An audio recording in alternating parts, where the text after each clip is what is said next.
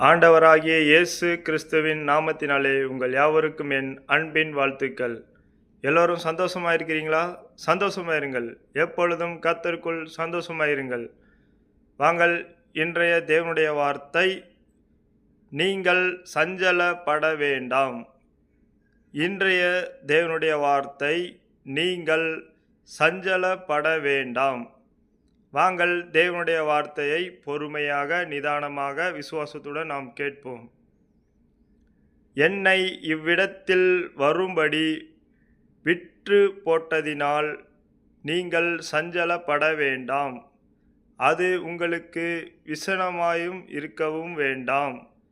ஜீவ இரட்சனை செய்யும்படிக்கு தேவன் என்னை உங்களுக்கு முன்னே அனுப்பினார்.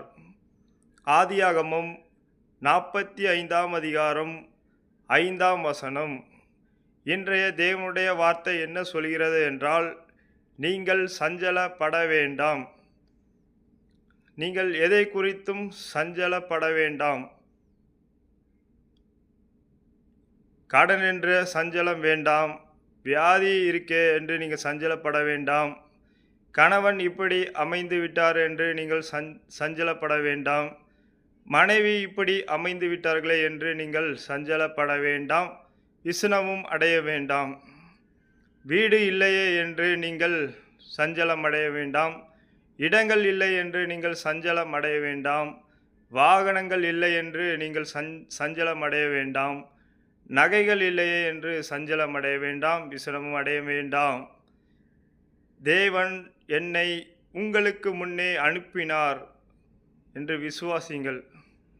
இன்றைய தேவனுடைய வார்த்தையை பொறுமையாக, நிதானமாக பார்த்த கேட்ட உங்கள் யாவரையும் தேவன் தாமே ஆசீர்வதித்து உங்களை பெருகவே பெருக செய்வார்.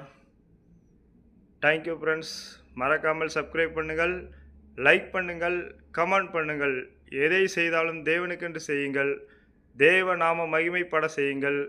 எதை குறித்தும் நீங்கள் சஞ்சலப்பட வேண்டாம். Thank you friends. God bless you.